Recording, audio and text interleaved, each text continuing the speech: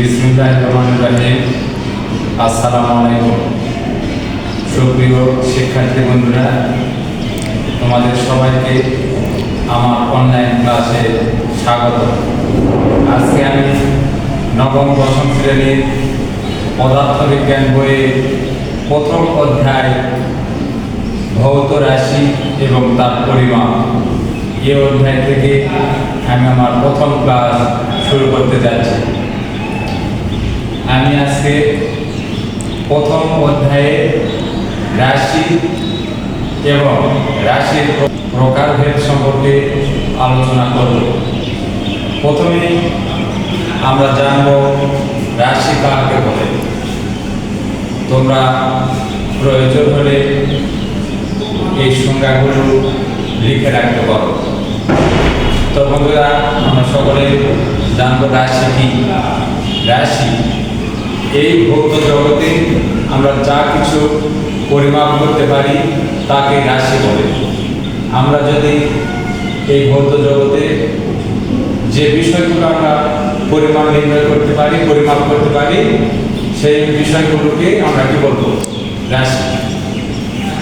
আর আমরা যেটা পরিমাপ করতে পারি না সেগুলোকে আমরা রাশি বলবো না। যেমন আমরা একজন মানুষের দৈর্ঘ্য পরিমাপ করতে পারি, কোনো বস্তুর ভর নির্ণয় করতে পারি, সুতরাং দূরত্ব, ভর এগুলা হচ্ছে রাশি, কারণ এটা পরিমাপ করা যায়। তো এখন আমরা জানবো রাশি কত প্রকার। রাশি প্রধানত দুই প্রকার। একটা হচ্ছে মৌলিক রাশি আর একটি হচ্ছে যৌগিক রাশি। এই যে এখানে আমি লিখে দিয়েছি রাশি। রাশির সংজ্ঞা তো আমরা জানলাম। এবার রাশির প্রকারভেদ হচ্ছে দুই প্রকার, যথা মৌলিক রাশি এবং যৌগিক রাশি। এখন আমরা জানবো মৌলিক রাশি কাকে বলে। যে সকল রাশি স্বাধীন বা নিরপেক্ষ, যে রাশিগুলো অন্য রাশির উপর নির্ভর করে না, তাকে মৌলিক রাশি বলে।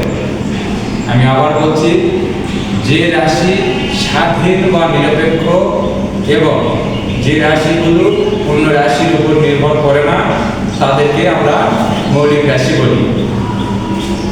এখন মৌলিক রাশি কতগুলো? মৌলিক রাশি প্রধানত 7টি। এই 7টি মৌলিক রাশির একটি ছক আমি বলে লিখে দিয়েছি, তোমরা এখান থেকে অনুসরণ করতে পারো। 7টি মৌলিক রাশি হচ্ছে দৈর্ঘ্য, ভর, সময়, তাপমাত্রা, বৈদ্যুতিক প্রবাহ বা বিদ্যুৎ প্রবাহ বা তড়িৎ প্রবাহ, দীপন তীব্রতা এবং পদার্থের পরিমাণ। এই 7টি হচ্ছে মৌলিক রাশি। এখন এই 7টি মৌলিক রাশিগুলোর প্রতীক দেওয়া আছে এখানে, এবং এই রাশিগুলোর একক দেওয়া আছে এবং এককেরও প্রতীক দেওয়া আছে।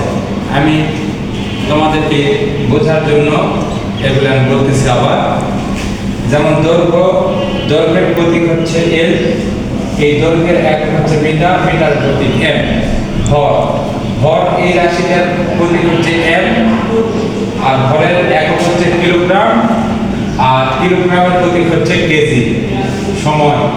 সময়ের প্রতীক হচ্ছে টি, সময়ের একক সেকেন্ড, আর এই সেকেন্ডের প্রতীক হচ্ছে এস। তাপমাত্রা এই রাশির প্রতীকটা হচ্ছে টি অথবা থিটা, এর একক কেলভিন, আর এককের প্রতীক হচ্ছে কে।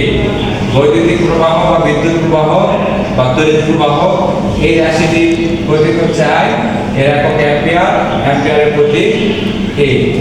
দীপন তীব্রতা এই রাশির প্রতীক হচ্ছে আইটি, এর একক ক্যান্ডেলা, ক্যান্ডেলার প্রতীক হচ্ছে সিডি। আর পদার্থের পরিমাণ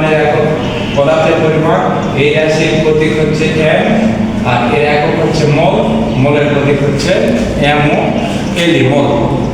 এই 7টি আমরা মৌলিক রাশি সম্পর্কে জানলাম। এখন আমরা শিখব যৌগিক রাশি কাকে বলে।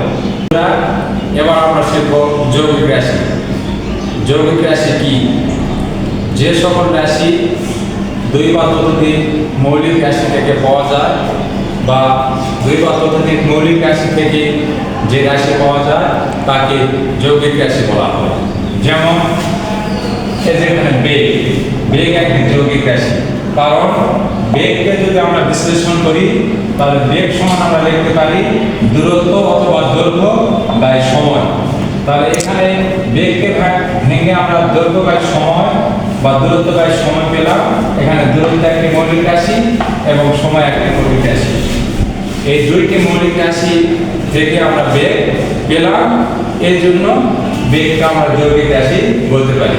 ঠিক তেমনি ত্বরণকে যদি আমরা ভাঙি তাহলে আমরা পাবো বেগ বাই সময়। আবার বেগকে যদি আমরা ভেঙে ফেলি তাহলে আমরা পাবো দূরত্ব বাই সময়। আর পূর্বের একটা সময় ছিল, এটা এই সময়, অর্থাৎ ত্বরণ সমান সেক্ষেত্রে লেখা যাবে দূরত্ব বাই সময়ের উপরে স্কয়ার। যেহেতু ত্বরণ এখানে দূরত্ব হচ্ছে মৌলিক রাশি এবং সময় মৌলিক রাশি, এই দুইটি মৌলিক রাশি মিলে ত্বরণটি আমরা পেলাম, সুতরাং ত্বরণ একটি যৌগিক রাশি। এভাবে একের অধিক মৌলিক রাশি থেকে যে রাশিগুলো আমরা পেয়ে থাকবো সেই রাশিগুলোকে আমরা যৌগিক রাশি বলবো। আজকে এ পর্যন্ত, দেখা হবে পরবর্তী ক্লাসে। সবাইকে ধন্যবাদ। আল্লাহ হাফেজ।